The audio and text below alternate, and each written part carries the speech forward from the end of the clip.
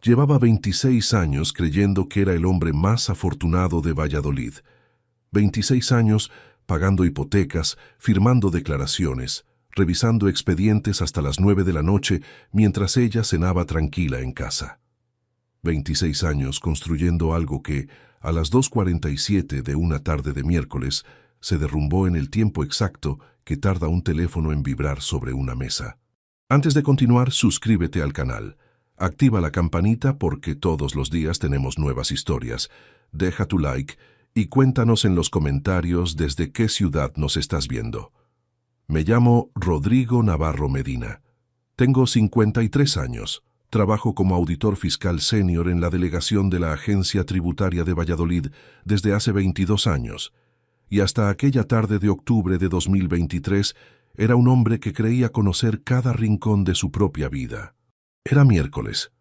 Un miércoles ordinario con expedientes apilados, café frío en la taza y el zumbido constante del fluorescente del pasillo que llevaba meses pidiendo que alguien lo cambiara. Tenía sobre la mesa 3 declaraciones complementarias pendientes de revisión y una reunión a las 4 que, de no haber ocurrido lo que ocurrió, habría sido lo más relevante de aquella jornada. El teléfono estaba boca abajo en la esquina izquierda del escritorio. Lo tenía siempre así durante las horas de trabajo, costumbre adquirida hace años cuando entendí que las interrupciones cuestan más tiempo del que uno cree. Vibró una vez, sola. Una vibración corta, de mensaje de texto, no de llamada. No lo cogí de inmediato. Esperé a terminar el párrafo que estaba revisando, algo que hago siempre porque la concentración no se recupera fácil a mi edad. Cuando lo giré y desbloqueé la pantalla, vi el nombre de Verónica en la barra de notificaciones. Abrí el mensaje.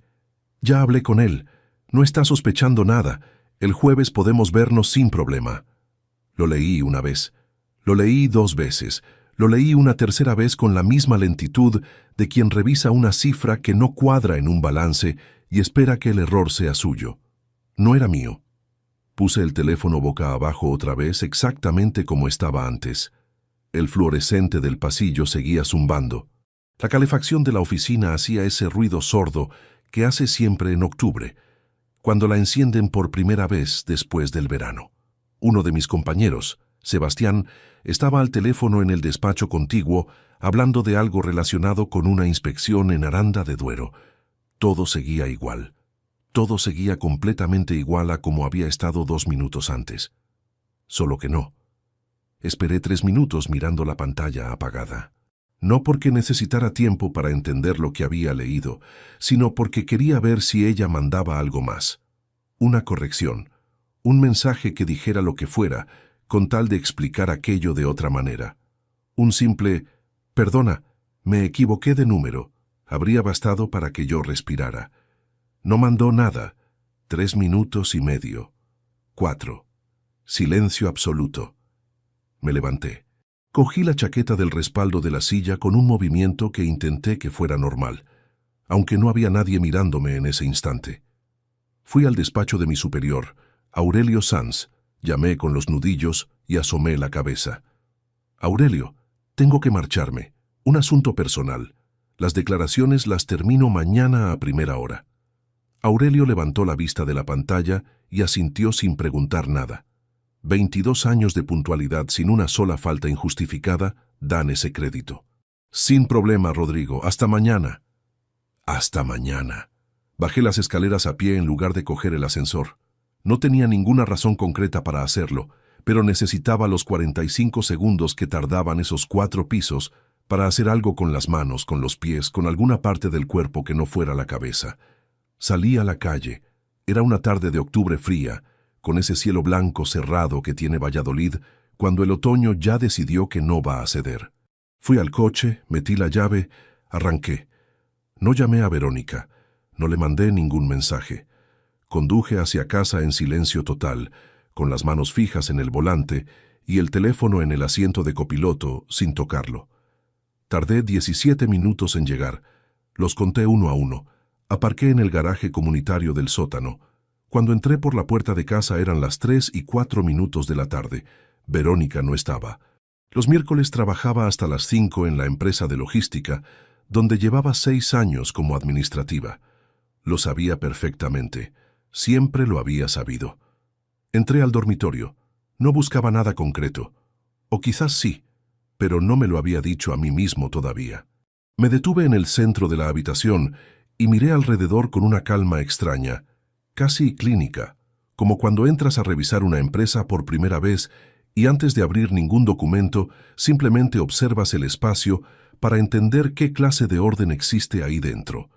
Vi la mesita de noche de Verónica, el libro que tenía empezado desde agosto y que nunca terminaba, la crema de manos que siempre dejaba sin cerrar del todo, el cargador del teléfono enrollado de cualquier manera sobre la madera, y debajo de la almohada, un borde de papel que sobresalía apenas 2 centímetros. No sé por qué lo vi, o sí lo sé, y es que cuando llevas más de 2 décadas revisando documentos, aprendes a detectar lo que está fuera de lugar, aunque todavía no sepas qué es. Ese borde no encajaba en ningún hábito de Verónica que yo conociera. Lo saqué despacio. Era una tarjeta pequeña, de las que acompañan a los ramos de flores, fondo blanco con un borde dorado fino. Tenía escrito a mano, con una letra que no era de Verónica, 4 palabras y una inicial, para siempre contigo, y la sostuve entre los dedos sin moverme durante un tiempo que no podría calcular con exactitud. El radiador del dormitorio empezó a hacer ruido en ese momento, ese golpeteo seco de las tuberías cuando sube el agua caliente por primera vez en la temporada. Afuera, en la calle, pasó un camión pesado. Escuché a alguien en el piso de arriba arrastrando una silla sobre el suelo. El mundo seguía funcionando con absoluta normalidad. Yo estaba de pie en el dormitorio de mi casa, sosteniendo una tarjeta que alguien le había mandado a mi esposa junto a unas flores que yo nunca había visto llegar, y comprendiendo con la certeza fría y sin salida de quien cuadra un balance que no admite otro resultado posible, que aquella vibración sobre mi escritorio no había sido un error accidental. Era la primera pieza visible de algo que llevaba tiempo construyéndose en silencio debajo de mis pies. Volví a colocar la tarjeta exactamente donde estaba, con el mismo borde asomando los mismos 2 centímetros por debajo de la almohada. Salí del dormitorio, fui a la cocina, puse agua a calentar y me senté a esperar. Cuando Verónica llegó a casa a las 5:19 de la tarde, la saludé con absoluta normalidad. Le pregunté cómo le había ido el día. Le dije que había salido antes del trabajo por un dolor de cabeza. Ella asintió, dejó el bolso en la entrada y fue a cambiarse de ropa. No sospechó nada, y eso era exactamente lo que yo necesitaba, porque lo que iba a construir a partir de aquel momento no podía levantarse desde la rabia ni desde el impulso. Tenía que levantarse desde algo que llevaba más de 20 años practicando sin saber que algún día lo iba a necesitar para esto. Esa noche, mientras Verónica dormía a mi lado, yo no cerré los ojos. Tenía trabajo que planificar. Dormí 4 horas aquella noche, o tal vez 3. No lo sé con exactitud porque no miré el reloj cada vez que abrí los ojos, y los abrí muchas veces. Lo que sí recuerdo con precisión es el momento en que la luz del amanecer empezó a filtrarse por la rendija de la persiana y Verónica seguía dormida a mi lado con esa respiración pausada y regular que yo había escuchado miles de noches sin pensar nunca en lo que significaba. Aquella mañana la escuché de otra manera, con una distancia nueva que no había estado ahí el día anterior. Me levanté sin hacer ruido, me vestí en el cuarto de baño para no despertarla y salí de casa 40 minutos antes de lo habitual. Necesitaba el trayecto solo, sin conversación, sin los pequeños rituales de la mañana que durante años habían sido simplemente costumbre y que esa jornada se me habrían hecho insoportables. Conduje hacia la oficina por una ruta más larga de lo necesario. Sin radio, sin nada. Esa mañana no abrí ni un solo expediente hasta las 10:15. Estuve sentado frente a la pantalla apagada del ordenador, haciendo algo que nunca había hecho de manera sistemática con mi propia vida. Revisarla hacia atrás, como si fuera un balance de ejercicios anteriores. Buscando las líneas que no cuadraban. Los apuntes que alguien había pasado por alto porque en su momento no parecían suficientemente relevantes para detenerse en ellos. Los encontré, y no eran pocos. El primero fue de febrero. Verónica había llegado a casa un viernes con una bolsa de ropa nueva, 2 blusas y un pantalón. Y cuando le pregunté de dónde venían, me dijo que había aprovechado la hora de la comida para pasarse por las rebajas del centro. En febrero. Las rebajas de enero ya habían terminado hacía semanas y las de verano no habían empezado. En ese momento no le di ninguna importancia. Ella tenía su propio dinero, trabajaba, nunca le había pedido explicaciones sobre sus gastos personales. Dejé pasar aquello sin más. El segundo fue en abril, un sábado por la mañana en que yo me quedé en casa con un proceso gripal leve y ella salió a tomar un café con Rosario, su compañera de trabajo. Volvió pasadas las 3 de la tarde. Cuando le dije que me parecía mucho tiempo para un café, se rió y me explicó que habían aprovechado para dar una vuelta por el mercadillo de las Moreras. Me lo dijo de una manera tan natural y tan sin esfuerzo que ni siquiera registré la respuesta como algo que mereciera ser archivado. Rosario era una persona real, existía, trabajaban juntas de verdad. La coartada era perfecta, precisamente porque no era del todo mentira. El tercero fue en junio. Encontré en la papelera del cuarto de baño, debajo de varios pañuelos de papel, un recibo de un restaurante del centro. Un restaurante que yo conocía de nombre, situado en la calle Mantería, con fama de carta cara. El recibo era de un almuerzo para 2 personas, un martes a mediodía, con un importe de 86 euros. Le mencioné a Verónica que había visto el ticket y le pregunté si había comido fuera con alguien del trabajo. Me dijo que sí, que habían celebrado el cumpleaños de una compañera. Le creí sin dudar un segundo. ¿Por qué no iba a creerle? El cuarto fue en agosto. Tuvimos una discusión menor, de esas sin importancia real, por algo relacionado con las vacaciones, y a dónde íbamos a ir en septiembre. Yo propuse la costa. Ella quería quedarse en Valladolid ese año. Fue ella quien cedió finalmente, pero durante 3 días estuvo con un distanciamiento que en ese momento interpreté como el final natural de cualquier discusión entre 2 personas que llevan décadas conviviendo. Ahora entendía ese distanciamiento de otra manera. No era el rastro de una discusión sobre vacaciones. Era la incomodidad de alguien que tiene planes en otro sitio y no puede decirlo. 4 señales en menos de 8 meses. 4 momentos en que la información estaba delante de mí y yo la archivé en la carpeta equivocada, porque no tenía ningún motivo para sospechar. Porque la confianza que había construido durante 26 años funcionaba también como un filtro que dejaba pasar solo aquello que confirmaba lo que ya creía saber. Era un error metodológico. En cualquier auditoría lo habría detectado en la primera revisión. En mi propia casa lo había ignorado durante meses. Esa realización no me produjo vergüenza. Me produjo algo más frío y más útil. Claridad. La misma claridad que aparece cuando por fin encuentras el asiento contable que explica por qué el balance no cerraba desde el principio. No hay alivio en ese momento, pero sí hay orientación. Ya sabes dónde mirar. Esa tarde volví a casa en el horario habitual. Saludé a Verónica, me cambié de ropa, cené lo que ella había preparado y vi con ella el noticiario de las 9 sentado en el mismo sofá de siempre. Hablamos de cosas sin peso, una obra que habían empezado en la calle de abajo, una llamada que había recibido de su madre, el frío que estaba entrando esa semana, conversaciones que durante años habían sido simplemente el ruido natural de una vida compartida. Ahora yo las escuchaba con otra capa debajo, prestando atención no a lo que decía, sino a lo que elegía no decir. Esa noche, cuando ella se metió en la ducha, cogí mi teléfono y estuve 15 minutos buscando en silencio en la agenda de contactos el nombre de alguien, un nombre que había guardado hacía más de un año, recomendado por un compañero de la delegación de Burgos, después de que él lo utilizara para un asunto de otro tipo. No le había dado ninguna importancia en su momento.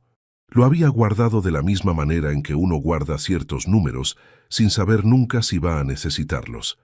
Valentín Ortiz Bravo. Investigación privada.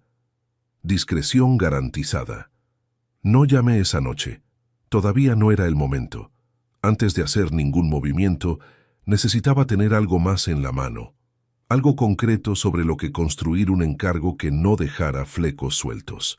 Lo que tenía hasta entonces era una frase en un mensaje de texto y una tarjeta con 4 palabras y una inicial que alguien había metido debajo de una almohada. No era suficiente para mí, y no era suficiente para lo que iba a necesitar después. Durante los días siguientes mantuve una rutina sin fisuras. Llegaba a la oficina a mi hora, revisaba mis expedientes, almorzaba en el mismo bar de siempre, volvía a casa, cenaba, dormía lo que podía. Por fuera era el mismo hombre que había sido la semana anterior.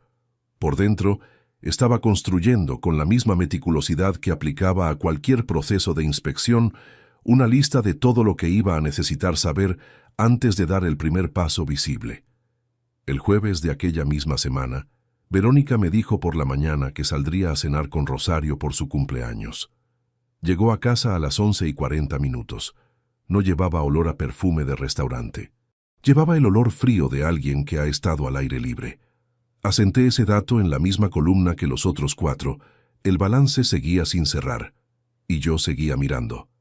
El sábado siguiente, Verónica fue a visitar a su madre a Salamanca. Salió a las 9 de la mañana con una bolsa pequeña y me dijo que volvería el domingo por la tarde. Esos fines de semana ocurrían 3 o 4 veces al año.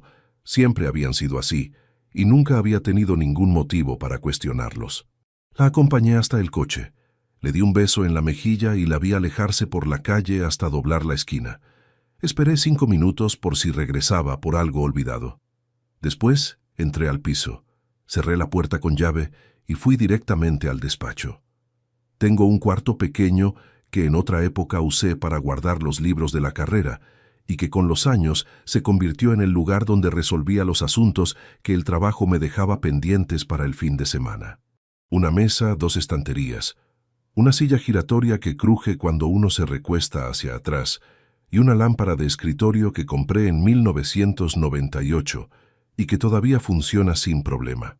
En ese cuarto pasé los mejores años de mi vida profesional preparando oposiciones, redactando informes, aprendiendo a leer entre líneas de un balance lo que alguien había intentado disimular. Esa mañana iba a leer el balance de mi propio matrimonio. Abrí el ordenador y entré en la banca online de la cuenta conjunta, que Verónica y yo compartíamos desde hacía más de 20 años. Una cuenta corriente para los gastos comunes, hipoteca, suministros, compra, seguros. Cada uno tenía su propia cuenta personal y transfería mensualmente su parte al fondo común. Era un sistema ordenado, sin conflictos, que nunca nos había dado ningún problema. Empecé por octubre del año anterior. Fui avanzando mes a mes con la misma metodología que aplicaría a cualquier proceso de inspección, sin buscar nada concreto todavía, registrando lo que encontraba y señalando los apuntes que requerían explicación. El primero apareció en octubre. Una transferencia de 240 euros desde la cuenta conjunta hacia una cuenta cuyos últimos 4 dígitos no reconocí. El concepto indicaba reparación electrodoméstico. No recordaba ninguna reparación de ese importe en esas fechas. No había ninguna factura archivada en la carpeta de documentos del hogar que lo respaldara. Seguí avanzando. En noviembre encontré 2 cargos de una gasolinera en la autovía A62 en dirección a Salamanca, en fechas en que Verónica no había viajado a visitar a su madre.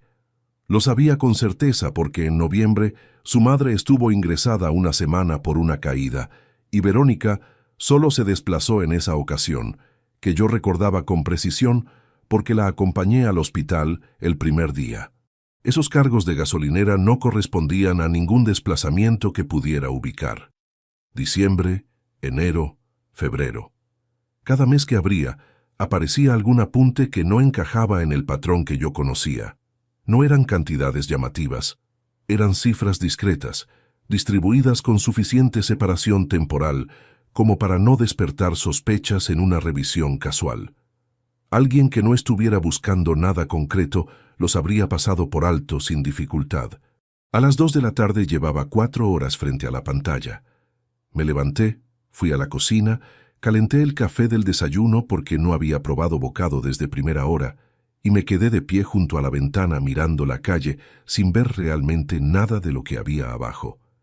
El total acumulado de los apuntes que no reconocía, sumados desde octubre del año anterior hasta septiembre de 2023, alcanzaba los 3.840 euros.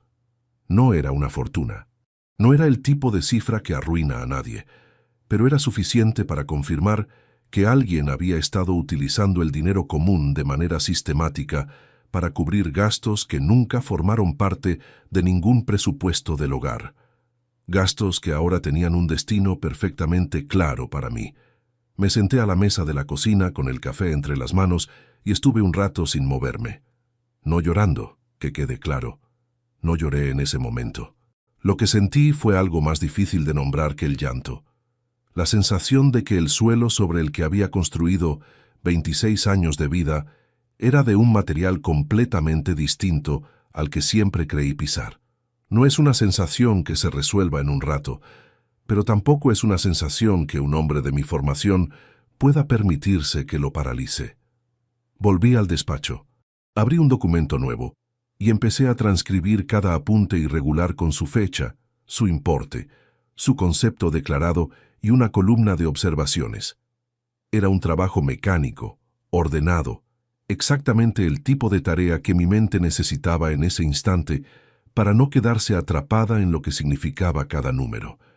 Cuando terminé tenía una tabla de 22 entradas distribuidas a lo largo de 11 meses. 22 apuntes que nadie, revisando esa cuenta desde fuera, habría señalado como sospechosos.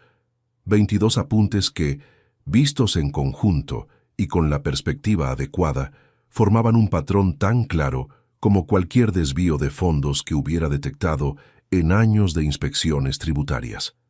Guardé el documento con una clave que no usaba para nada más. Imprimí una copia y la guardé dentro del ejemplar de un código tributario en el estante más alto de la estantería, detrás de otros 3 libros. Nadie en esa casa, salvo yo, tenía razones para abrir ese volumen. Sé que a estas alturas usted ya entiende lo que estaba ocurriendo dentro de mí. No era solo la traición lo que pesaba. Era descubrir que la persona con quien había compartido cada decisión económica de las últimas 2 décadas había convertido nuestra cuenta común en un instrumento para financiar algo que yo ni siquiera era capaz de nombrar todavía con todas sus letras. Eso tiene un nombre muy concreto en los formularios que yo reviso cada día en mi trabajo, y verlo aplicado a la propia vida produce un frío que ningún abrigo cubre. A las 4:30 de la tarde, cogí el teléfono y marqué el número que llevaba días mirando sin llamar. Descolgaron al segundo tono. Valentín Ortiz Bravo. Una voz neutra, sin énfasis, la voz de alguien acostumbrado a que quien llama no siempre sabe cómo empezar. Le dije mi nombre. Le expliqué que me había facilitado su contacto un compañero de la delegación de Burgos. Le dije que necesitaba hablar en persona, cuanto antes, y que prefería que fuera fuera del centro de Valladolid. Hubo una pausa breve al otro lado. El martes puedo estar en Laguna de Duero. Hay una cafetería en la calle Real que abre a las 9, sin concurrencia a esa hora. Le dije que estaría allí. Colgué y dejé el teléfono sobre la mesa. Fuera había oscurecido ya. Encendí la lámpara de escritorio, esa misma del 98, que seguía funcionando como si el tiempo no pasara por ella, y me quedé sentado en silencio unos minutos antes de levantarme a preparar la cena. Esa noche dormí algo mejor que las anteriores, no porque las cosas hubieran mejorado, sino porque ya tenía un paso siguiente.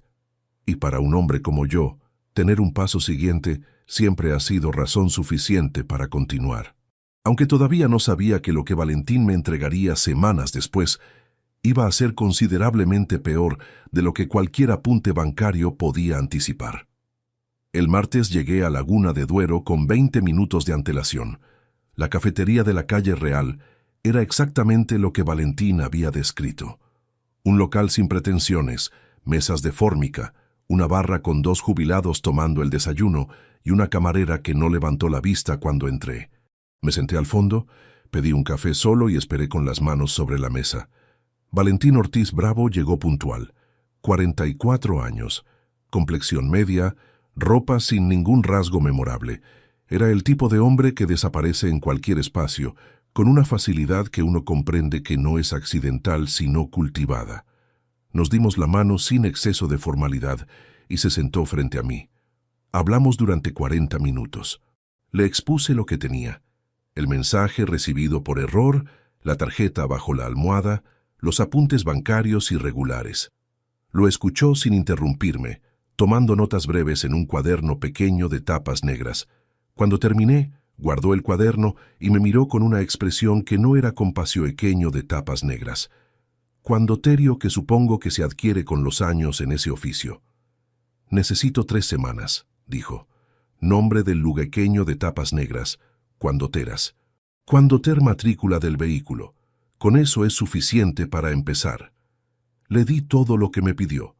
Acordamos un anticipo de 6 siequeño de tapas negras. Cuandoterras, cuandoters, cuandoternegras. Cuandotere mi banco en el sequeño de tapas negras. Cuandoter mismo lequeño de tapas negras. Cuandoteriente para mostrarme. Equeño de tapas negras. Cuandotern las más largas equeño de tapas negras. Cuandotere tapas negras. Cuandotergui yendo a la equeño de tapas negras.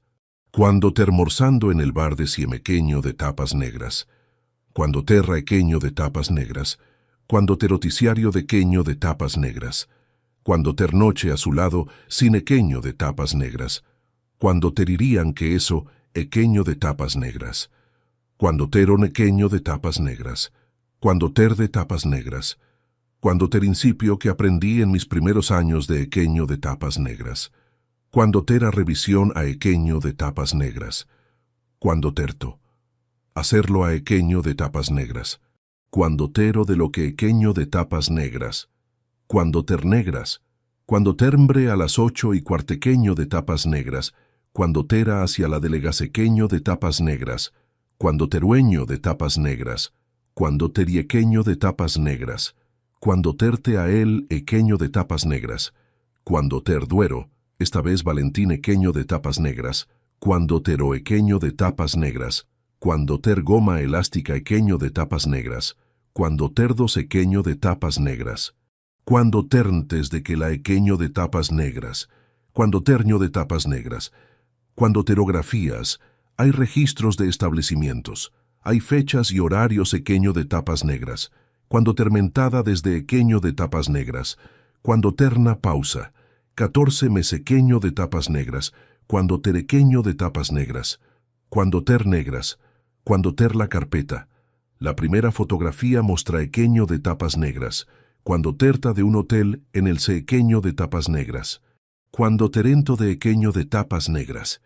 Cuandotertro que yo conocía de vista. Llevaba el bolsequeño de tapas negras. Cuandoter su cumpleaños 2 años atrás. Equeño de tapas negras. Cuandoterequeño de tapas negras. Cuandoterafía sigiequeño de tapas negras. Cuandoter negras. Cuandoterre accediendo por la misma puerta. No necesité equeño de tapas negras. Cuandoter buscado poequeño de tapas negras. Cuandoter informó en nuestra priqueño de tapas negras. Cuandoterqueño de tapas negras. Cuandoter negras. Cuandoter y 6 años.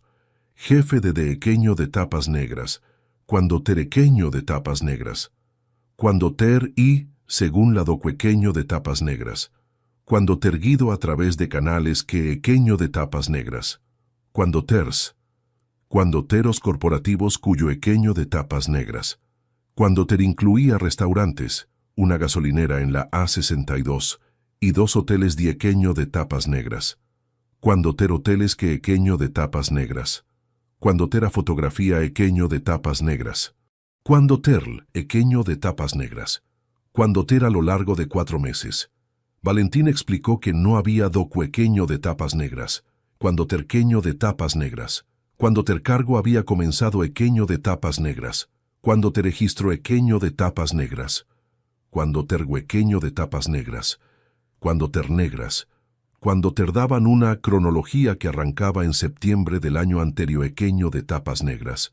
Cuandotermaba declaraciones, revisaba expedientes y llegaba a equeño de tapas negras. Cuandotera era la vida que era. Hay algo más, dijo Valentín, y extrajo 2 hojas adicionales equeño de tapas negras. Cuando terapas negras. Cuando terrativa en estos encuentros, suman a pequeño de tapas negras. Cuando teruros distribuidos en 9 cargos. No todos los hotelequeño de tapas negras. Cuando ter justificados como gastos de empresa en los registros que su empresa presequeño de tapas negras. Cuando tere como esté declarado, puede tener consecuencias cuiqueño de tapas negras. Cuando ter, lo miré. Un auditor fiscal senior coequeño de tapas negras. Cuando ter la agencia tributaria entiende exactamente lo que significa esa frasequeño de tapas negras. Cuando tertos. Me excusé fuequeño de tapas negras. Cuando tergí dentro 4 minutos con equeño de tapas negras. Cuando ter lavabo mirandequeño de tapas negras. Cuando ter había nadie equeño de tapas negras. Cuando ter con un ritmo constante y absurdo. Había una raja en la pared a la altura equeño de tapas negras. Cuando teras. Cuando teron pintura sin conseguirlo del todequeño de tapas negras. Cuando terte un tiempo que no calculé. Después me eché agua fría en la sequeño de tapas negras. Cuando terqueño de tapas negras. Cuando ter. Le pregunté a Valentín el coste total equeño de tapas negras. Cuando ter pagué lo acordado equeño de tapas negras. Cuando tería todo en equeño de tapas negras. Cuando tera un informe escrito con cada dato, cada fequeño de tapas negras. Cuando teras pero con referenequeño de tapas negras. Cuando terño de tapas negras. Cuando terúe viene, dijo, equeño de tapas negras. Cuando ter Verónica y le dije que tenía una revisión equeño de tapas negras. Cuando teregación de Palencia, que se había equeño de tapas negras. Cuando ter quedarme hasta el día siguiequeño de tapas negras. Cuando ter había ocurrido otras veces a lo largo de mi carrequeño de tapas negras. Cuando ter. Ella lo aceptó sin ninguna pregunta. Requeño de tapas negras. Cuando ter en un hotel pequeño de las afueras de Valladolid. Requeño de tapas negras. Cuando ter y conduje hasta allí. La habitación equeño de tapas negras. Cuando tersa contra la ventana y una televisión que no encendí en ningún momentequeño de tapas negras. Cuando ter a mesa, saqué las 19 fotografías y las equeño de tapas negras. Cuando ter senté en la silla y estuve mirándolas durante un tiequeño de tapas negras. Cuando tero voy a describir con detalle lo que sentí en esas horas poequeño de tapas negras. Cuando teriendo contadas de manera exequeño de tapas negras. Cuando ter que en algún momento pasada la medianoche, entendí que el dequeño de tapas negras. Cuando ter alcanzado su punto más equeño de tapas negras. Cuando terño de tapas negras. Cuando terecogí las fotografequeño de tapas negras. Cuando terpeta y la cerré con la goma. Después, cogí el bloc de notas del cajón de la equeño de tapas negras. Cuando terte casi una hora. No emociones, pasos. El orden exacto en que tenía quequeño de tapas negras. Cuando terra en el lugar correcto cuando llegara el momento. A las 2 equeño de tapas negras. Cuando ter luz. Había algo que todavía no sabía en equeño de tapas negras. Cuando ter escrito de Valentín. Cuando llegara la semana siguiequeño de tapas negras. Cuando teror con un peso que ninguna de esas 19 fotografías había equeño de tapas negras. Cuando tertaba por llegar.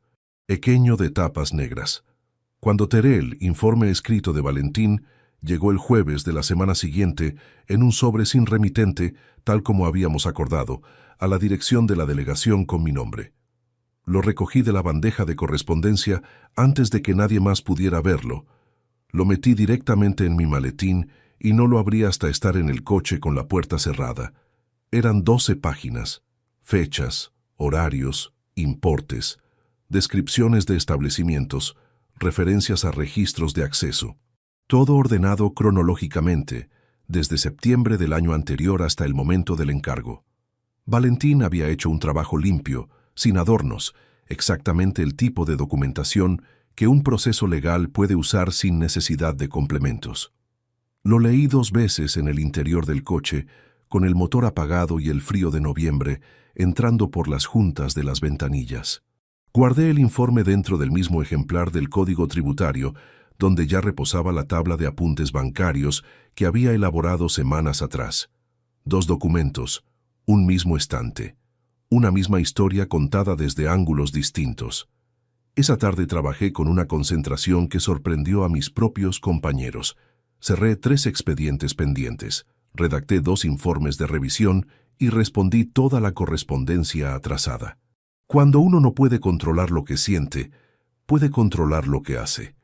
Eso lo aprendí a los 32 años, durante la primera gran inspección que llevé en solitario, y nunca lo olvidé. Fueron necesarios 4 días más para que ocurriera lo que no estaba en ningún plan. Era un lunes a mediodía. Estaba almorzando solo en el bar cuando el teléfono vibró en la mesa. El nombre en la pantalla era el de Marcos. Mi hijo no me llamaba un lunes al mediodía. Me llamaba los domingos por la noche, cuando recordaba hacerlo, o cuando necesitaba algo concreto.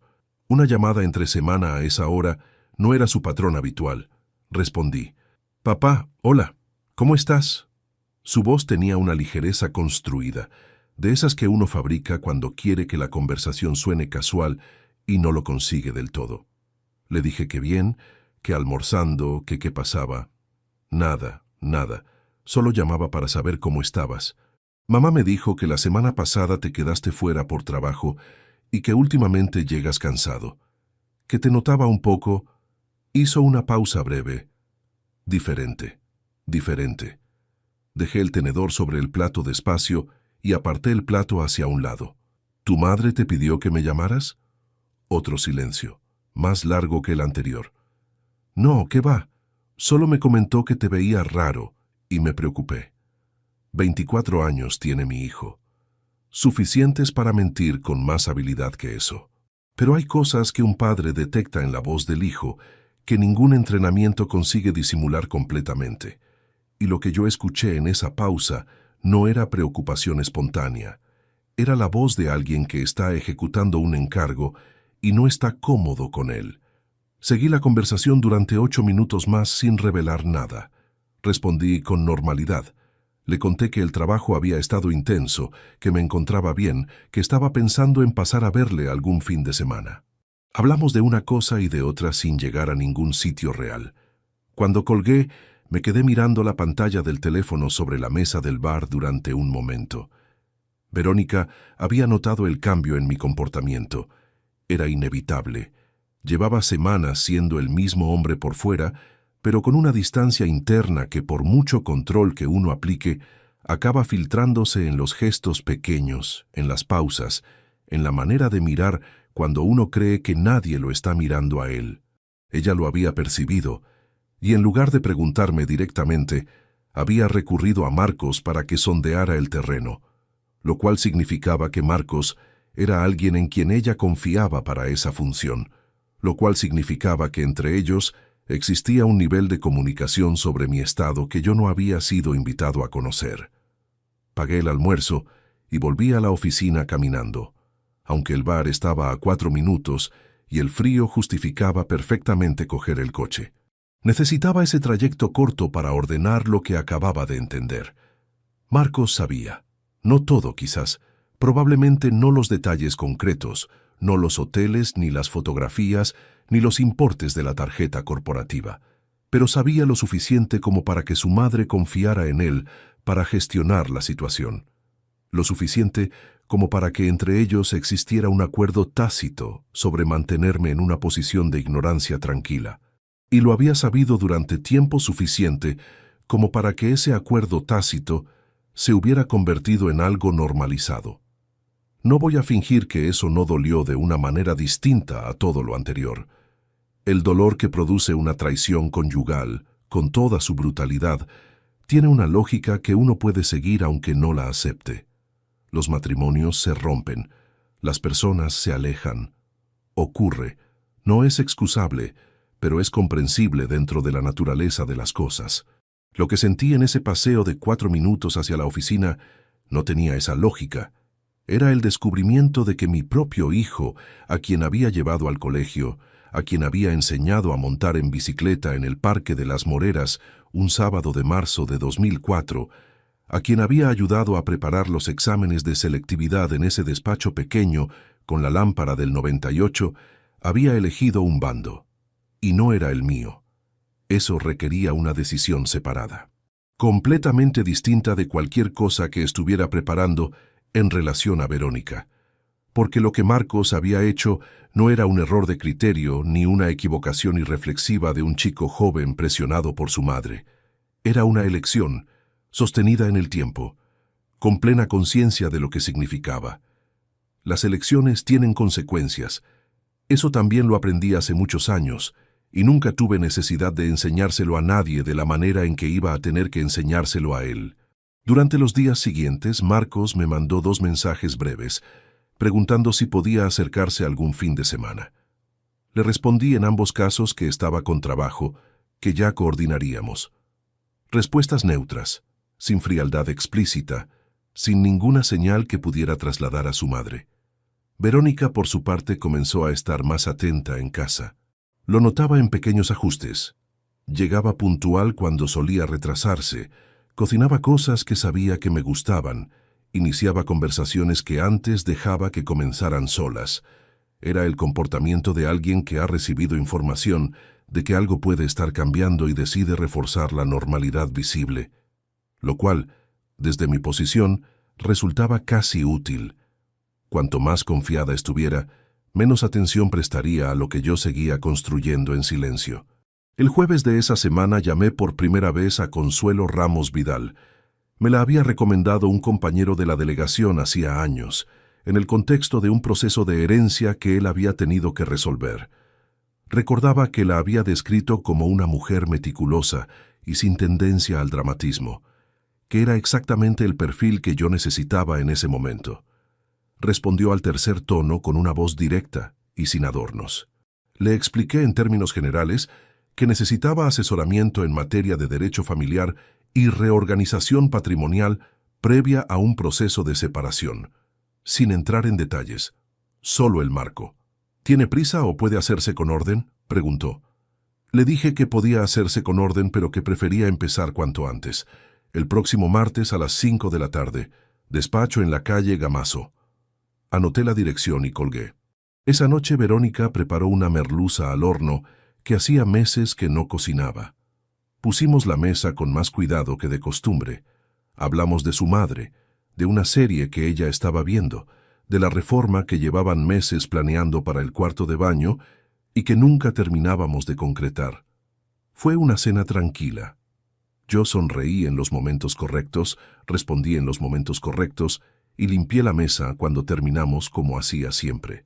Pero dentro de mí ya había 2 procesos en marcha que ella desconocía por completo, y ninguno de los 2 tenía vuelta atrás. El martes siguiente fui al despacho de Consuelo Ramos Vidal a las 5 en punto.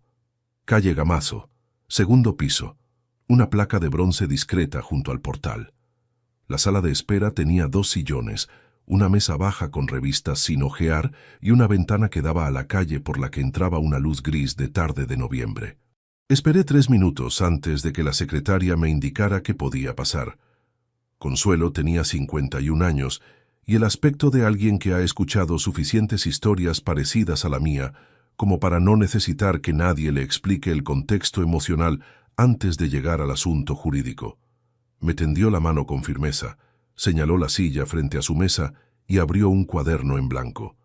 Estuve hablando durante 40 minutos. Le conté todo. El mensaje, la tarjeta, los apuntes bancarios, el informe de Valentín, las fotografías, los cargos corporativos. Lo escuchó sin interrumpirme salvo para pedir alguna precisión sobre fechas o importes. Cuando terminé, cerró el cuaderno y me miró un momento antes de hablar. Tiene documentación suficiente para iniciar un proceso en condiciones favorables. Lo que necesitamos ahora es ordenar el patrimonio antes de cualquier movimiento visible. ¿Hay bienes a nombre de los 2? Le detallé el piso, un vehículo a su nombre, una cuenta conjunta y 2 planes de pensiones individuales. Tomó nota de cada elemento con la misma eficiencia con que yo habría anotado las partidas de un balance. Antes de despedirnos, acordamos una segunda reunión para la semana siguiente con la documentación completa de cada bien. Salí a la calle con la sensación de que algo se había consolidado. No resuelta todavía, pero ya con estructura, con forma reconocible. Lo que ocurrió 4 días después no estaba en ningún calendario. Era un sábado a media mañana. Verónica había salido a hacer la compra. Yo estaba en el despacho revisando unos documentos cuando escuché el telefonillo. Fui a la entrada, pulsé el interfono y la voz que respondió desde abajo era la de Marcos. «Soy yo. ¿Puedo subir?» No había avisado. Nunca aparecía sin avisar. Le abrí. Cuando entró al piso, lo primero que noté fue que no traía la expresión habitual de las visitas sin carga. Tenía la mandíbula tensa y los ojos con ese brillo particular de quien viene con algo preparado que lleva días ensayando en su cabeza. Se quedó de pie en la entrada sin quitarse el abrigo. «Tenemos que hablar», le indiqué el salón. Me senté en el sillón. Él no se sentó. Se quedó de pie frente a mí con las manos metidas en los bolsillos del abrigo y empezó a hablar. Lo que dijo en los siguientes 15 minutos no lo voy a resumir porque no merece ser resumido. Lo voy a contar como fue. Me dijo que llevaba meses viendo cómo yo trataba a su madre con frialdad y distancia, que nunca había estado presente de verdad, que trabajaba demasiado y que cuando llegaba a casa era como si llegara a una oficina secundaria, que su madre había aguantado años de una vida en la que yo aparecía en los momentos que me convenían y desaparecía cuando requería esfuerzo real, que si ella había buscado algo fuera de esa casa, era porque dentro no encontraba lo que necesitaba, y que en parte yo tenía más responsabilidad en eso de lo que estaba dispuesto a reconocer. No mencionó a Ignacio por su nombre. No utilizó ninguna palabra que reconociera la existencia de una traición concreta. Habló durante 15 minutos, sin nombrar nunca la razón real por la que estaba de pie en mi salón, un sábado por la mañana, porque nombrarla habría implicado admitir que sabía cosas que se supone que no debería saber. Lo escuché sin interrumpirle una sola vez, no porque no tuviera nada que decir, sino porque había algo en ese discurso, en la manera en que estaba construido, en la precisión con que tocaba ciertos puntos y evitaba otros, que me confirmaba con absoluta claridad lo que ya había concluido desde aquella llamada del lunes al mediodía. Esas palabras no eran completamente suyas, eran suyas en la forma, en la entonación, en los detalles que solo un hijo puede añadir sobre su padre. Pero el argumento central, la estructura de la defensa, el énfasis en redirigir la culpa hacia mí, tenía la impronta de alguien que había tenido tiempo de prepararlo. Cuando terminó de hablar hubo un silencio. Lo miré desde el sillón con una calma que él claramente no esperaba. No había en mi cara ni rabia, ni dolor, ni ninguna de las reacciones que probablemente había anticipado. Solo atención. ¿Has terminado?, le pregunté. Me miró sin saber qué hacer con esa pregunta. Sí, bien. No dije nada más durante unos segundos. Dejé que ese silencio hiciera su trabajo. Hay cosas que tienen razón. Trabajé demasiado durante demasiados años. Hubo cumpleaños a los que llegué tarde, fines de semana que sacrifiqué por expedientes que no podían esperar y conversaciones que aplacé porque la cabeza seguía en la oficina cuando el cuerpo ya estaba en casa. Eso es verdad y nunca lo he negado. Pero hay una diferencia enorme entre un hombre que trabaja más de lo que debería y un hombre que merece que le traicionen durante 14 meses mientras paga cada factura de esa casa. Esa diferencia Marcos había elegido no verla. Lo que cristalizó dentro de mí en ese salón, mientras lo miraba de pie frente a mí con el abrigo puesto, no fue rabia hacia él. Fue algo más frío y más definitivo. La certeza de que mi hijo, con 24 años y plena capacidad para discernir entre lo correcto y lo conveniente, había tomado una decisión consciente, sostenida durante meses, de estar de un lado concreto y callar lo que sabía. Esa decisión tenía un precio, no un precio emocional que yo pudiera administrar con rencor o con distancia afectiva durante una temporada para luego normalizar. Un precio real, concreto, sin fecha de revisión. Me levanté del sillón, fui al perchero de la entrada y cogí mi abrigo. «Tengo que salir», le dije. «Cierra bien la puerta al marcharte». Marcos me miró sin comprender del todo lo que acababa de ocurrir. Esperaba una discusión. Esperaba defensas, reproches, quizás lágrimas o voces. No esperaba eso. Bajé las escaleras, salí a la calle y estuve caminando durante casi una hora por el paseo de Zorrilla, sin ningún destino concreto. El frío era seco y limpio, de ese noviembre castellano que no da tregua. Metí las manos en los bolsillos y caminé con la cabeza baja, mirando el suelo, sin pensar en ningún paso siguiente, porque ese rato no era para planificar. Era para reconocer el coste de lo que estaba viviendo. Porque me habría mentido a mí mismo si hubiera dicho que lo de Marcos no pesaba. Pesaba. Pesaba de una manera que ninguna documentación, ningún informe de investigador privado y ninguna conversación con ninguna abogada podía aliviar.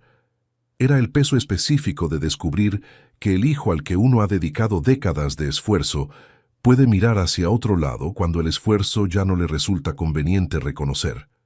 Eso no se supera en una hora de paseo, pero se integra, se coloca en el lugar que le corresponde dentro del mapa completo de lo que ha ocurrido. Y desde ese lugar, sin dramatismo y sin sentimentalismo, se toman las decisiones que corresponden. Cuando volví al piso, Verónica ya había llegado de la compra y Marcos se había marchado. Ella me preguntó si había visto a nuestro hijo. Le dije que sí, que había pasado un momento, que habíamos hablado de cosas sin importancia. Me miró un segundo más de lo necesario. Le sostuve la mirada con absoluta tranquilidad. Fue ella quien desvió los ojos primero. El domingo amaneció con niebla baja sobre los tejados, de esa que en Valladolid a veces no levanta hasta el mediodía y que convierte las calles en algo parecido a un escenario sin acabar.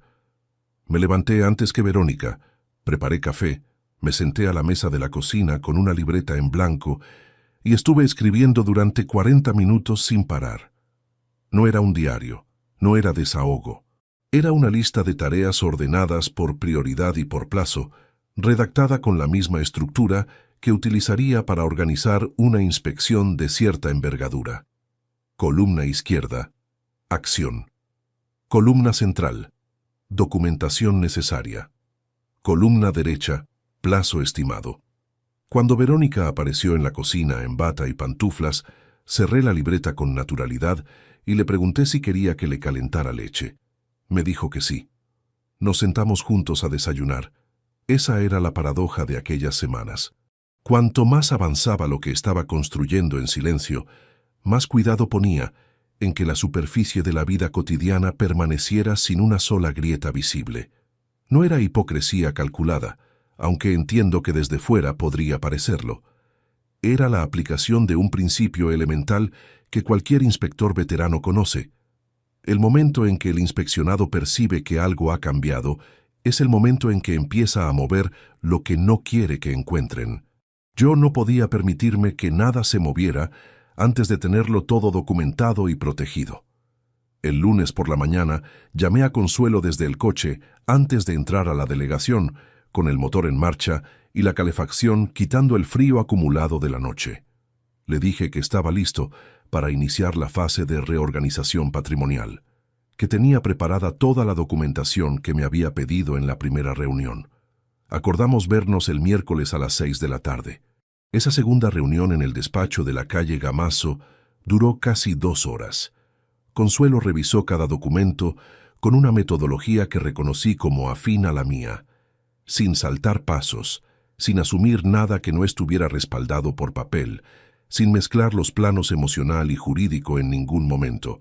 Era exactamente el tipo de profesional que uno necesita cuando el objetivo no es desahogarse sino resolver. El piso era el elemento central. Estaba a nombre de los dos desde la firma de la hipoteca en 1999. La hipoteca llevaba saldada 8 años. Consuelo explicó con precisión qué parte del valor actual me correspondía según los aportes documentados a lo largo del proceso de pago, qué escenarios cabía esperar en un proceso contencioso y cuál era la estrategia más sólida para proteger mis intereses desde ese momento hasta la resolución. El plan de pensiones individual era mío exclusivamente. Los ahorros en la cuenta personal también. Lo que requería atención inmediata era la cuenta conjunta, que seguía activa y en la que cualquier movimiento unilateral antes del inicio formal del proceso podría ser cuestionado. «No toque la cuenta conjunta», dijo Consuelo. «Ni un euro más de lo habitual. Que el patrón de uso sea idéntico al de los últimos meses. Cualquier alteración repentina puede interpretarse como vaciamiento anticipado, y eso complica la posición». Era el mismo razonamiento que yo habría aplicado en cualquier inspección con riesgo de ocultación de activos. No tocas nada hasta que el expediente esté cerrado y la notificación esté firmada. Salí del despacho con una hoja de ruta clara y un calendario provisional de pasos. Consuelo había fijado como objetivo tener todo listo para ejecutar antes de que terminara enero. Lo que ocurrió en los días siguientes fue, en cierto modo, lo más extraño de todo ese período. Verónica estaba más relajada que en semanas. El episodio del sábado con Marcos, lejos de mantenerla alerta, parecía haberla tranquilizado. Supongo que desde su perspectiva, si Marcos había venido a hablar conmigo y yo no había reaccionado con ninguna confrontación visible, eso podía interpretarse como confirmación de que seguía sin saber nada relevante. Esa interpretación errónea era el activo más valioso que yo tenía en ese momento. Empezó a bajar la guardia de maneras pequeñas pero perceptibles. Una tarde, llegó a casa con el teléfono en la mano y fue directamente al dormitorio a terminar una conversación. Antes habría esperado. Otra noche, mientras yo leía en el salón, escuché desde el pasillo que reía con una espontaneidad que llevaba tiempo sin escuchar en esa casa. Pequeños descuidos de quien cree que el peligro ha pasado. Cada uno de esos detalles los registré mentalmente sin alterar ningún gesto ni ninguna expresión. El viernes de esa semana estuve a punto de cometer el único error que habría podido costarlo todo. Eran casi las 11 de la noche. Verónica se había dormido. Yo estaba en el despacho con los documentos de Consuelo extendidos sobre la mesa cuando encontré, entre los extractos bancarios que había imprimido semanas atrás, un apunte que no había relacionado correctamente con los demás. Una transferencia de 320 euros realizada un viernes de julio hacia la misma cuenta de destino desconocido que ya había aparecido en octubre del año anterior. La misma cuenta. Un patrón que se extendía más atrás de lo que yo había calculado inicialmente. Cogí el teléfono para llamar a Valentín. Eran las 11 de la noche de un viernes. Lo dejé sobre la mesa sin marcar. Me levanté, fui a la cocina, bebí un vaso de agua de pie junto al fregadero y estuve allí quieto durante unos minutos mirando el reflejo distorsionado de la ventana sobre la oscuridad del patio interior. Si llamaba a Valentín a esa hora con esa urgencia, la conversación quedaría registrada en mi historial de llamadas. No era un problema legal, pero era un detalle innecesario. Nada de lo que había construido hasta ese punto se había apoyado en detalles innecesarios. Volví al despacho, anoté el apunte en la libreta con su fecha y su importe y lo añadí como punto pendiente para la próxima reunión con Consuelo. Eso era todo lo que requería. Una anotación, no una llamada nocturna ni ningún movimiento que se saliera del ritmo que había mantenido desde el principio. Cerré los documentos, los guardé en el maletín y apagué la lámpara. Las semanas siguientes transcurrieron con una regularidad que desde fuera era indistinguible de cualquier otra etapa de nuestra vida en común. Yo iba al trabajo, volvía, cenaba, dormía. Los fines de semana hacíamos alguna compra juntos, veíamos algo en la televisión, llamábamos a familiares. La vida doméstica siguió su curso con una fidelidad al patrón establecido que yo mantenía con una disciplina que en cualquier otro contexto habría resultado absurda. Pero no era absurda, era necesaria. Consuelo me informó a mediados de diciembre de que la reorganización estaba técnicamente completada.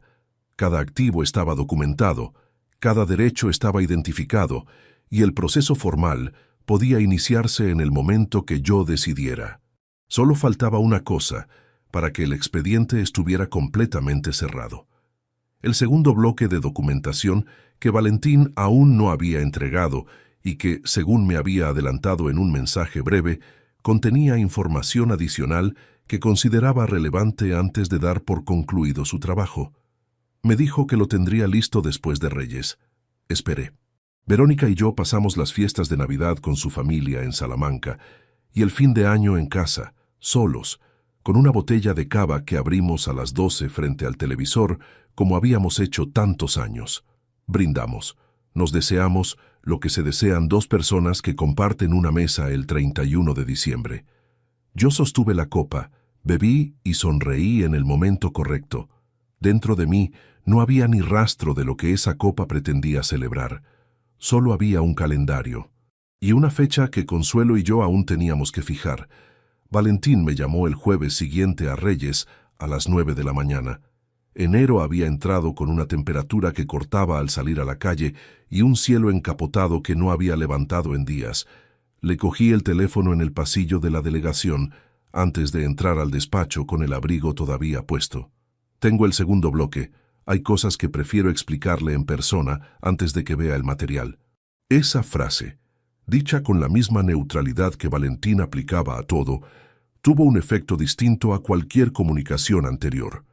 Porque Valentín no era un hombre que añadía advertencias innecesarias. Si consideraba que algo requería explicación previa, era porque había calculado que verlo sin contexto podía producir una reacción que él prefería gestionar de otra manera. Quedamos esa misma tarde, la cafetería de siempre en Laguna de Duero, a las 6. Llegué con 15 minutos de antelación. Pedí agua. No tenía estómago para el café. Valentín apareció puntual con la misma carpeta de cartón marrón que la vez anterior, aunque esta vez más gruesa. Se sentó, puso la carpeta sobre la mesa y antes de abrirla me miró un momento. En el primer informe documenté los encuentros fuera del domicilio. Hoteles, restaurantes, desplazamientos. Lo que voy a mostrarle ahora tiene un carácter distinto. Hizo una pausa de 2 segundos. Fuentes Castro estuvo en su casa. No moví ningún músculo de la cara. Lo sabía. O lo había intuido. Hay deducciones que uno evita formular con claridad porque mientras no están confirmadas todavía existe un margen, por estrecho que sea, en el que la realidad podría ser algo ligeramente menos grave. Ese margen desapareció en el instante en que Valentín pronunció esa frase. Abrió la carpeta. Las primeras páginas eran registros de acceso al edificio, obtenidos a través de un método que Valentín tampoco detalló, pero que yo entendí que tenía que ver con las cámaras del portal comunitario a las que él había tenido acceso de alguna manera que prefería no especificar. Había 2 fechas marcadas, un martes de octubre a las 11:15 de la mañana, un jueves de noviembre a las 12:20 del mediodía. En ambas fechas yo estaba en la delegación. Lo comprobé mentalmente de inmediato y lo confirmé después con mi propio registro de entrada en la oficina, que existe porque el sistema de control horario de la agencia tributaria lo genera automáticamente.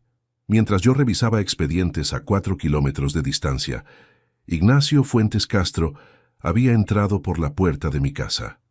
Valentín dejó que yo procesara eso durante unos segundos antes de continuar. El segundo bloque de páginas era una ampliación del análisis de la tarjeta corporativa. En esta ocasión había conseguido, a través de una fuente que tampoco identificó, el desglose completo de los gastos declarados por Fuentes Castro como representación y desplazamiento profesional durante los últimos 14 meses. El total ascendía a 4.870 euros distribuidos en 17 cargos. De esos 17, Valentín había identificado al menos 9 que no tenían ninguna correlación posible con actividad profesional real. 2 hoteles en Valladolid, en días laborables, sin ninguna reunión de empresa registrada en esas fechas. 5 restaurantes con importes que correspondían claramente a comidas para 2 personas y no a reuniones de trabajo, y 2 cargos en una joyería del centro de la ciudad que difícilmente podían justificarse como gasto de representación ante ningún inspector, con criterio. 4.870 euros de dinero de la empresa, utilizados para financiar una relación que se construyó dentro de mi propio matrimonio. Lo miré todo con la misma atención con que habría revisado un expediente de fraude fiscal. Columna por columna, fecha por fecha, importe por importe, porque eso era exactamente lo que era, un expediente. y yo llevaba más de 20 años leyendo expedientes. ¿Tiene constancia de si estos gastos están declarados correctamente en las cuentas de la empresa?, pregunté. Valentín negó levemente con la cabeza. Lo que tengo son los registros de la tarjeta. Lo que la empresa declara a Hacienda es algo que usted, en función de su posición profesional, sabrá gestionar mejor que yo. Era una observación precisa. Una empresa de logística de tamaño medio, que presenta gastos de representación, con esa composición y sin respaldo documental real, tiene un problema con la agencia tributaria que no requiere ningún esfuerzo especial para activar. Basta con una denuncia anónima al canal de fraude fiscal con la documentación correcta. El proceso hace el resto solo, con la maquinaria institucional que yo conocía desde dentro, palanca a palanca. No dije nada más sobre ese punto. Lo archivé en la columna correcta y seguí adelante. Le pregunté a Valentín si consideraba que el informe estaba completo. Completo y cerrado, dijo. No hay más capas. Le pagué el resto del importe acordado, recogí la carpeta y nos despedimos con el mismo apretón de manos sin exceso que habíamos tenido siempre. Valentín salió primero. Yo me quedé sentado un minuto más con la carpeta sobre las rodillas y las manos encima. No había más capas. Esa frase, dicha como confirmación técnica del trabajo, tenía también otro significado que yo no necesitaba que nadie me tradujera. El expediente estaba cerrado. Todo lo que había ocurrido ya estaba documentado. No iba a aparecer nada peor porque no había nada más que descubrir. Eso debería haber sido un alivio. No lo fue completamente, pero sí fue algo distinto, una especie de suelo firme bajo los pies después de semanas moviéndome sobre una superficie que podía seguir hundiéndose. Conduje de vuelta al centro sin prisa. Aparqué, subí al piso, dejé la carpeta en el maletín que guardaba bajo llave en el despacho y fui a la cocina a preparar la cena como cualquier otra noche. Verónica llegó 20 minutos después, dejó el bolso en la entrada y me preguntó qué estaba haciendo. «Lentejas», le dije. «¿Qué hace frío?» Se rió. Era una risa liviana, de esas que nacen de la comodidad de quien no tiene nada que temer en ese momento. Se cambió de ropa, vino a la cocina, probó el caldo y añadió sal. Pusimos la mesa juntos, como llevábamos décadas haciendo.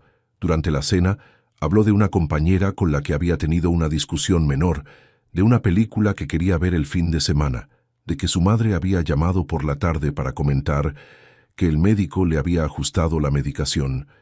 Conversaciones reales, concretas, del tipo que forman el tejido de cualquier vida en común.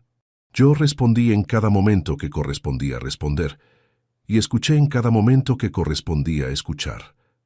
Esa noche, cuando Verónica se durmió, no fui al despacho.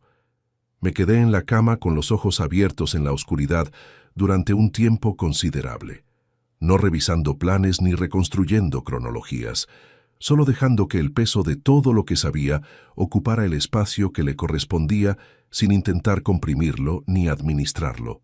Hubo un momento, pasada la medianoche, en que estuve cerca de levantarme, ir al salón y llamar a Marcos.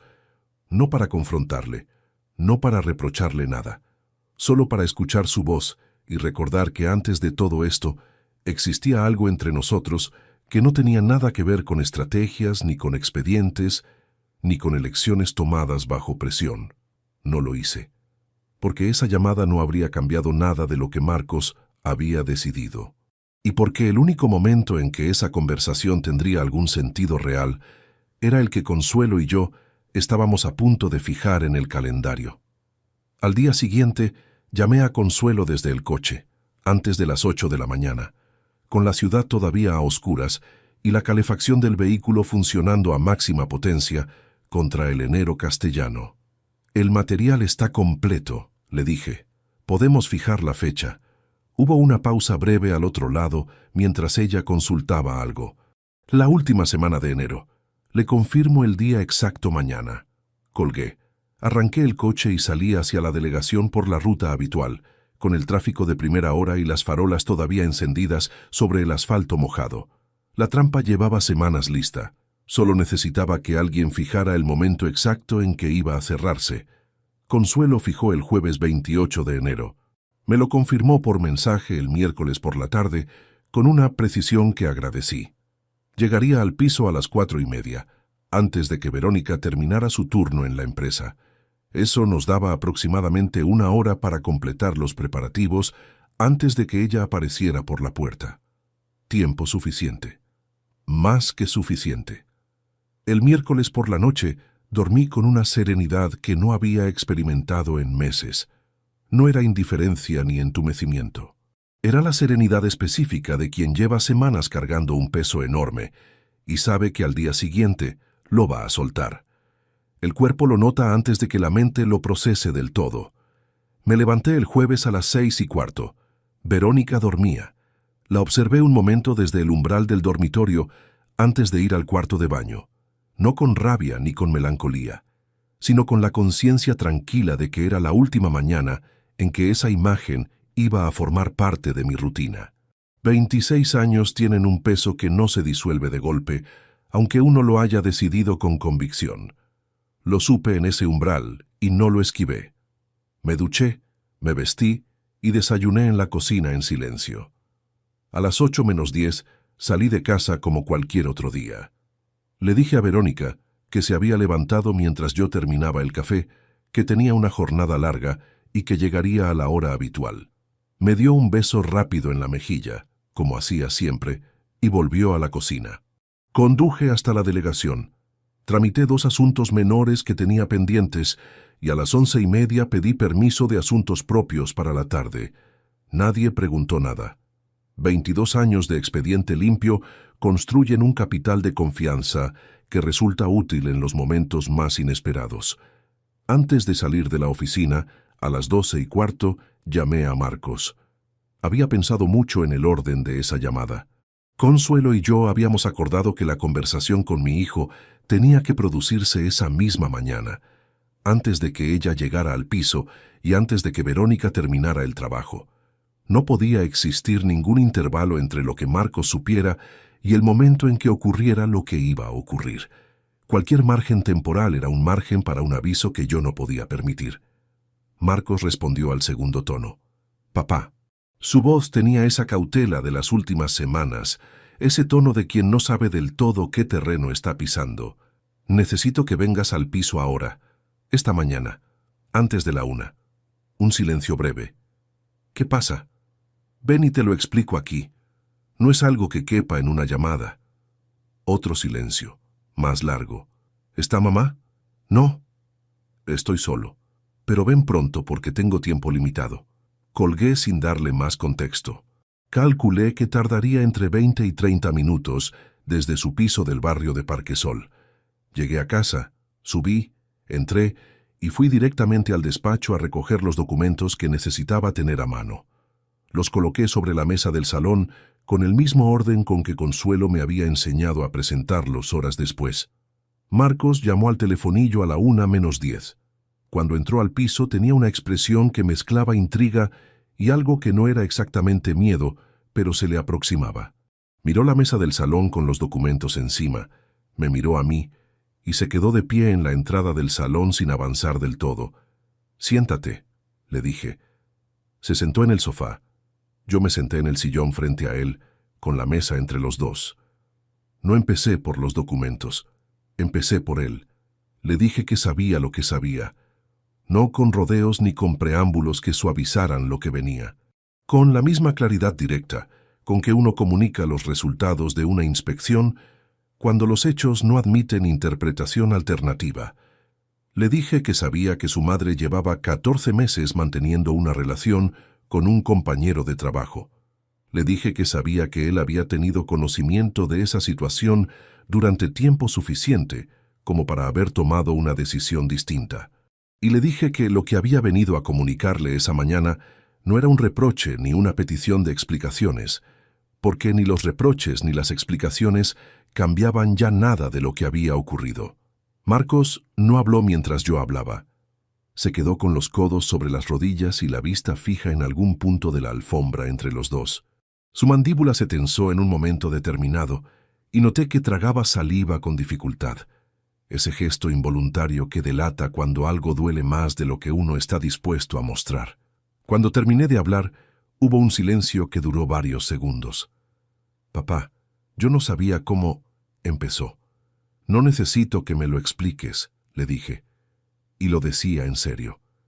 No había ironía en esa frase, ni frialdad calculada para herirle. Era la verdad. La explicación de por qué había callado no alteraba el hecho de que había callado. Las razones de una elección no son la elección en sí misma.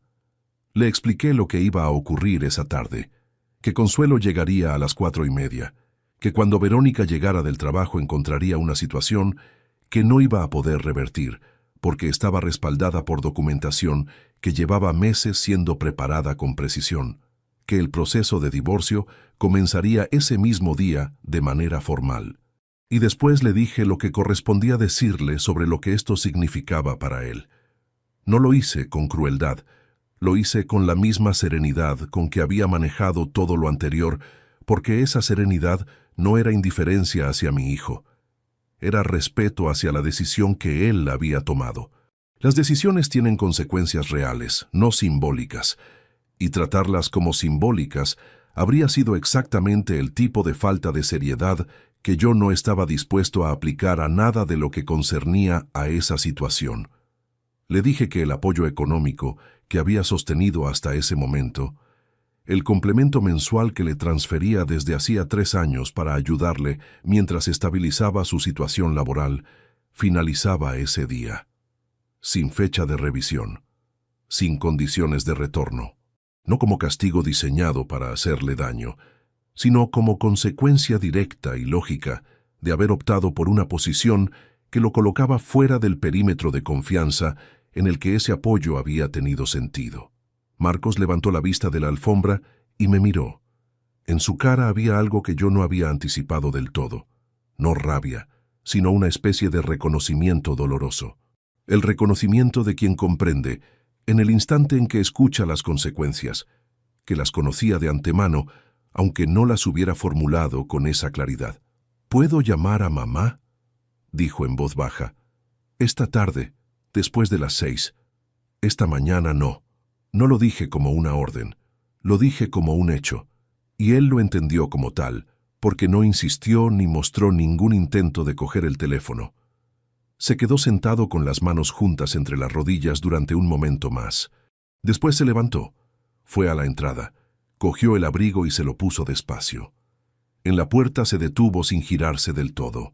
¿Hay algo que yo pudiera haber hecho diferente que hubiera cambiado esto? Era una pregunta honesta. La primera completamente honesta que me hacía en meses, tal vez en más tiempo que eso. Me lo pensé antes de responder. Haberme llamado tú aquel lunes en lugar de esperar que te lo pidiera ella. 4 palabras más habría podido añadir. No las añadí. No eran necesarias y él lo sabía. Escuché la puerta cerrarse con ese sonido seco y definitivo de las puertas de madera maciza, cuando alguien las cierra con cuidado, sin portazo, porque incluso en los momentos difíciles hay personas que no pierden esa delicadeza. Me quedé de pie en el salón en silencio durante 1 minuto. Después fui a la cocina, bebí un vaso de agua, volví al salón y revisé por última vez el orden de los documentos sobre la mesa. Eran la 1:15 del jueves 28 de enero. Consuelo llegaría en 3 horas y 15 minutos, y Verónica aún no sabía que esa tarde iba a ser distinta a todas las anteriores. Consuelo llegó a las 4:26 de la tarde con un maletín de cuero negro y la puntualidad silenciosa de quien no necesita anunciarse con gestos. Le abrí la puerta, la hice pasar al salón y revisamos juntos el orden de los documentos durante los siguientes 40 minutos, con la meticulosidad de 2 personas que saben que lo que está sobre esa mesa no puede tener ninguna grieta. El expediente era sólido. Ella me lo había dicho desde la segunda reunión en su despacho, y los meses de trabajo previo lo confirmaban sin margen de duda. Cada prueba estaba fechada, cada importe estaba verificado, cada documento tenía su referencia cruzada con el siguiente. Era el tipo de construcción que no se derrumba cuando alguien empieza a empujar, porque no tiene ningún punto débil por el que ceder. A las 5:14 sonó la cerradura de la puerta de entrada. Consuelo y yo estábamos sentados frente a la mesa del salón cuando Verónica entró al piso. Escuché el sonido del bolso colgándose en el perchero de la entrada el crujido del parqué bajo sus pasos, y después el silencio de un segundo exacto en que percibió que algo no encajaba en la geometría habitual de la tarde. Apareció en el umbral del salón. Me miró a mí primero, después miró a Consuelo, después miró la mesa con los documentos ordenados encima. Ese recorrido visual le llevó menos de 4 segundos, y al final de esos 4 segundos, su cara había cambiado de una manera que no era dramática, sino más bien lo contrario. Se había quedado quieta, como una pantalla que se congela antes de mostrar el error. «¿Quién es esta señora?», dijo. Su voz salió más baja de lo normal. «Consuelo Ramos Vidal», respondí. «Mi abogada. Siéntate, por favor». No se sentó de inmediato.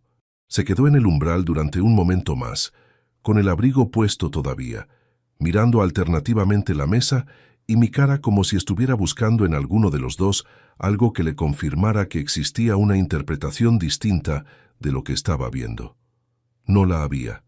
Se quitó el abrigo despacio, lo dobló sobre el brazo con un gesto mecánico que reconocí como el tipo de movimiento que el cuerpo ejecuta solo cuando la mente está procesando otra cosa, y se sentó en el sofá frente a nosotros. Fui yo quien habló primero, no Consuelo. Así lo habíamos acordado. Era mi casa, era mi matrimonio, era mi expediente. La voz que iniciara esa conversación tenía que ser la mía. Le dije que lo que tenía sobre la mesa era la documentación completa de lo que había ocurrido durante los últimos 14 meses. Le dije que no había ningún elemento en ese expediente que no estuviera verificado y fechado. Y le dije que lo que íbamos a hacer esa tarde no era una discusión ni una negociación, sino la comunicación formal del inicio de un proceso que ya estaba en marcha. Verónica abrió la boca. «Rodrigo». Yo deslicé el primer documento hacia ella. Era la fotografía del hotel de la calle del Rastro. Ignacio Fuentes Castro entrando por la puerta 4 minutos después que ella. Fecha en el ángulo inferior derecho. Hora exacta. Se quedó mirando la fotografía sin tocarla. «Eso no es lo que parece», dijo. Y lo dijo con una convicción que habría funcionado en otro contexto, con otra persona, en otro momento, no en ese salón, no frente a esa mesa. Deslicé el segundo documento sin decir nada. El extracto bancario con los 22 apuntes irregulares de la cuenta conjunta, cada uno subrayado con el mismo color azul que usaba en las inspecciones tributarias. 3.840 euros en 11 meses. Verónica miró el papel. Su respiración cambió de ritmo de una manera perceptible, ese cambio involuntario que ocurre cuando el cuerpo entiende algo antes que las palabras. «Hay gastos que...», empezó. Tercer documento. Los registros de acceso al edificio con las 2 fechas marcadas. El martes de octubre y el jueves de noviembre. Los horarios. Las horas exactas en que Ignacio Fuentes Castro había entrado por el portal de ese edificio mientras yo estaba en la delegación a 4 kilómetros de distancia. Eso sí, produjo un silencio distinto a los anteriores. Fue un silencio que no buscaba respuesta porque quien lo habitaba sabía que no existía ninguna respuesta posible frente a una fecha y una hora impresas en papel. Los hechos no son argumentos, son hechos. Y los hechos no se contradicen, se aceptan o se ignoran, y ninguna de las 2 opciones cambia su naturaleza. Verónica se llevó una mano a la boca. No lloraba todavía. Estaba en esa fase previa al llanto, en que los ojos se llenan pero el cuerpo todavía resiste. Todavía busca algún resquicio por el que salir de lo que está mirando. Consuelo habló entonces por primera vez desde que había empezado la reunión. «Señora Salas, el proceso de divorcio se inicia hoy de manera formal. La documentación que tiene delante es parte del expediente que se presentará en el juzgado. Los términos iniciales de la propuesta están en este último documento». Puso una hoja adicional sobre la mesa con una precisión que no era frialdad, sino respeto por la gravedad de lo que estaba ocurriendo. Tiene derecho a revisarlo con su propio abogado antes de firmar nada. Eso es lo que le recomendamos que haga. Verónica miró la hoja sin cogerla. «¿Cuánto tiempo llevas sabiendo esto?», me preguntó, y esta vez su voz tenía una textura diferente, sin el tono defensivo de los primeros minutos. Era una pregunta genuina, casi desprovista de estrategia. Desde octubre, le respondí. Calculó en silencio. 3 meses. 3 meses en que había dormido a mi lado, cenado frente a mí, mantenido conversaciones banales sobre obras en la calle y series de televisión, sin que yo hubiera dado una sola señal visible de lo que estaba construyendo. Y no dijiste nada. No era una pregunta. No, dije, porque necesitaba tenerlo todo antes de decir algo. Ahí fue cuando lloró. No con dramatismo, ni con el tipo de llanto que busca efecto. Fue un llanto quieto, de esos que ocurren cuando el cuerpo ya no puede mantener la estructura que lo sostenía y simplemente cede. Se inclinó ligeramente hacia adelante, con las manos entrelazadas sobre el regazo, y lloró en silencio durante 1 minuto aproximadamente, mientras Consuelo y yo esperábamos sin decir nada. Hay personas que en ese momento habrían sentido satisfacción. Yo no sentí satisfacción. Sentí el peso específico de 26 años, terminando en un salón con 3 personas sentadas y una mesa con papeles en el centro. Eso no produce satisfacción. Produce una especie de gravedad que se instala en el pecho y que uno sabe que va a tardar tiempo en disolverse, pero también es la gravedad de algo que ya no tiene remedio porque ya no lo necesita. Cuando Verónica levantó la cara, le dije lo que quedaba por decir. Le dije que esa noche podía quedarse en el piso, que yo me marcharía a un hotel. Le dije que tenía 2 semanas para contratar a un abogado y revisar la propuesta de Consuelo. Le dije que no había ninguna prisa artificial en ese proceso, pero que tampoco había ningún margen para negociar los términos fundamentales, porque esos términos no estaban construidos sobre posiciones, sino sobre hechos documentados. Y le dije, porque era verdad y porque no había razón para omitirlo, que la denuncia anónima al canal ético de su empresa sobre el uso indebido de la tarjeta corporativa de Ignacio Fuentes Castro había sido enviada esa misma mañana, antes de las 10. Que lo que ocurriera a partir de ahí con él era un proceso independiente del nuestro y que sus consecuencias dependerían de lo que la empresa y, en su caso, la agencia tributaria, decidieran hacer con la información recibida. Verónica cerró los ojos un momento. Cuando los abrió no dijo nada sobre Ignacio, no lo defendió ni preguntó por los detalles. Eso también era información, aunque fuera de otro tipo. Consuelo recogió los documentos con orden, los devolvió al maletín y se levantó. Le tendió la mano a Verónica con una corrección que no era ni cálida ni distante, simplemente profesional. Verónica se la estrechó sin decir nada. Acompañé a Consuelo hasta la puerta. «Ha ido bien», dijo en voz baja antes de salir. No era un juicio emocional. Era una valoración técnica de que el proceso había discurrido dentro de los cauces previstos, sin incidentes que complicaran lo que venía a continuación. Cerré la puerta y me quedé un momento en la entrada. Desde el salón no llegaba ningún ruido. Fui al dormitorio, saqué la maleta pequeña del armario y preparé lo necesario para los días siguientes con una calma que no era frialdad, sino simplemente agotamiento honesto. El tipo de agotamiento que aparece cuando uno ha estado sosteniendo un peso durante meses y por fin lo deposita en el suelo. Cuando pasé por el salón camino de la salida, Verónica seguía sentada en el sofá, con las manos en el regazo y la vista en la ventana. No me miró cuando entré ni cuando recogí las llaves del coche de la mesa. En la puerta me detuve un segundo. No dije nada. Salí al rellano, llamé al ascensor y esperé. El proceso había comenzado. Me instalé en un hotel pequeño de la zona de la avenida de Salamanca durante las 2 primeras semanas. Una habitación con ventana a un patio interior, cama de 90, escritorio junto a la pared y el silencio particular de los hoteles de ciudad entre semana. Ese silencio que no es paz sino ausencia. Lo distinguí desde la primera noche, pero era preferible a cualquier alternativa que implicara seguir compartiendo un espacio con lo que había quedado de aquella vida. Consuelo gestionó el proceso con la misma eficiencia metódica que había mostrado desde el principio.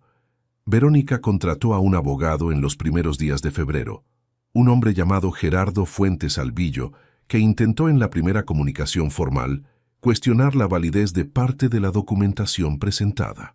Consuelo le respondió con una contrapropuesta que incluía las referencias exactas a los registros de acceso al edificio, los extractos bancarios anotados y el informe completo de Valentín. No hubo una segunda objeción de ese calibre. El acuerdo se firmó a finales de febrero. Los términos eran los que Consuelo había estructurado desde el principio, con la documentación como respaldo. El piso pasó a ser de titularidad exclusivamente mía, con una compensación económica a Verónica por su parte proporcional calculada sobre los años de hipoteca en que ambos habíamos contribuido. Una cifra justa, ni generosa, ni punitiva, porque ese no era el terreno en que yo había decidido moverme. La cuenta conjunta se liquidó y los fondos se distribuyeron conforme a los aportes documentados de cada parte. Verónica se llevó el vehículo a su nombre y los enseres personales que Consuelo había listado en el inventario acordado. Lo que Verónica perdió no fue solo un apartamento ni una cuenta bancaria. Perdió la arquitectura completa de una vida que no había construido sola, aunque en los últimos 14 meses hubiera actuado como si esa arquitectura le perteneciera con independencia de quién la había sostenido. Durante 26 años había vivido con la red de seguridad de un salario estable, una hipoteca saldada y un hombre que pagaba cada factura sin pedir reconocimiento a cambio. Esa red desapareció el día en que firmó los papeles, y lo que quedó después fue una realidad que tendría que sostener con sus propios medios por primera vez en décadas. No lo digo con satisfacción, lo digo como un hecho, que es lo que es. Lo de Ignacio Fuentes Castro se desarrolló por canales completamente independientes del proceso de divorcio, tal como yo había calculado que ocurriría.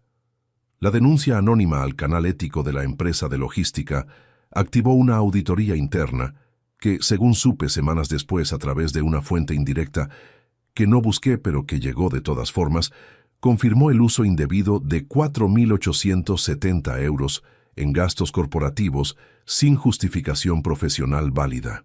Ignacio fue apartado del cargo de jefe de departamento en marzo. Si la empresa decidió llevar el asunto más lejos o limitarse a la sanción interna, era algo que ya no me concernía y en lo que no puse ninguna atención adicional. Había activado un mecanismo que funcionaba solo. Eso era todo lo que necesitaba hacer. De Marcos supe a través de 2 mensajes de texto que llegaron con varios días de diferencia.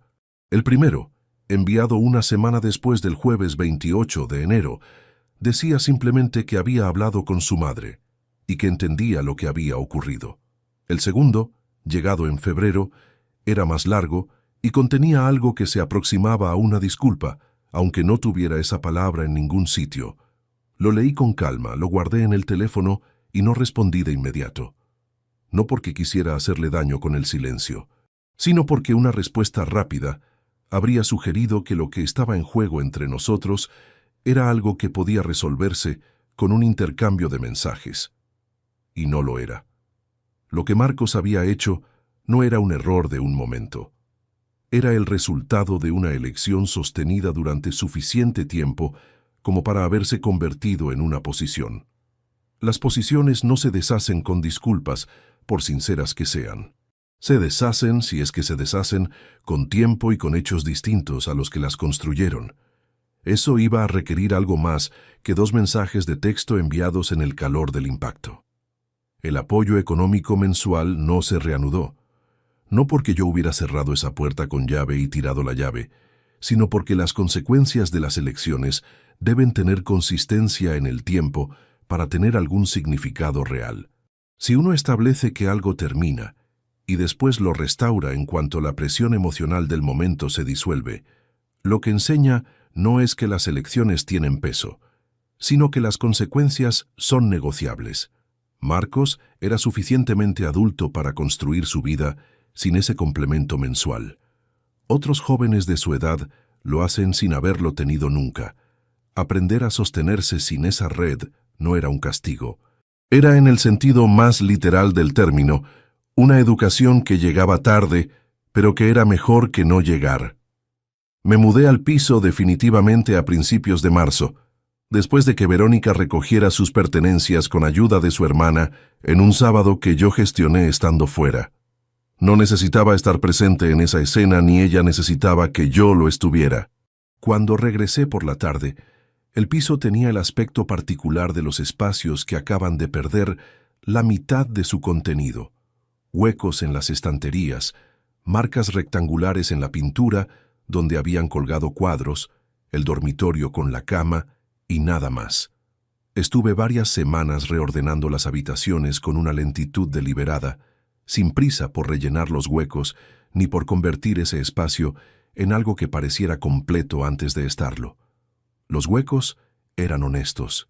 Me parecía más correcto convivir con ellos un tiempo que cubrirlos con objetos nuevos solo para no verlos. Una tarde de marzo, vaciando el último cajón de la mesita de noche que había sido de Verónica, encontré algo que se me había pasado completamente. La tarjeta pequeña de fondo blanco con el borde dorado fino. La había devuelto a su sitio aquella tarde de octubre, con el mismo borde asomando los mismos 2 centímetros por debajo de la almohada, y en el traslado de muebles y objetos nadie la había tirado ni reclamado. Había sobrevivido a todo lo que había ocurrido después, archivada en el cajón como un detalle que el tiempo había vuelto irrelevante. La sostuve entre los dedos, 4 palabras y una inicial escritas a mano con una caligrafía cuidada. Para siempre contigo y para siempre. Hay promesas que quien las hace cree completamente en el momento en que las escribe. Eso no las convierte en verdad, las convierte simplemente en lo que son. Palabras elegidas por alguien que, en aquel momento, todavía no conocía el precio de lo que estaba prometiendo. Fui a la cocina, abrí la tapa del cubo de la basura y solté la tarjeta dentro, no con rabia, sin ceremonia, como se descarta cualquier documento que ya ha cumplido su función en un expediente cerrado. Salí al balcón. Valladolid estaba ahí abajo con su tráfico de tarde y su luz de marzo, que empieza a tener algo de promesa sin llegar todavía a cumplirla. Habían pasado 5 meses desde aquella tarde de octubre en que un teléfono vibró sobre una mesa de la delegación y todo lo que creía saber sobre mi propia vida empezó a deshacerse en capas. 5 meses en que había aplicado a mi vida personal la misma metodología que durante más de 2 décadas había aplicado al trabajo. No actuar sobre la emoción del momento, documentar antes de concluir, construir desde los hechos hacia arriba y nunca al revés. No porque sea una manera fácil de vivir, sino porque es la única que conozco que produce resultados que se sostienen. Me apoyé en la barandilla con las manos y estuve un rato mirando la calle sin pensar en ningún paso siguiente. Por primera vez en muchos meses, no había ningún paso siguiente que planificar. Solo había una tarde de marzo, una ciudad que seguía funcionando con indiferencia y un hombre de 53 años que había perdido 26 años de vida en común y había recuperado a cambio, algo que no sabía que le faltaba hasta que lo tuvo de vuelta. La certeza de que el suelo que pisaba era exactamente lo que parecía. Si te gustó esta historia, dale like al video, suscríbete al canal y comparte tus impresiones en los comentarios. Para escuchar la próxima historia, haz clic en la caja de la izquierda. Gracias por vernos.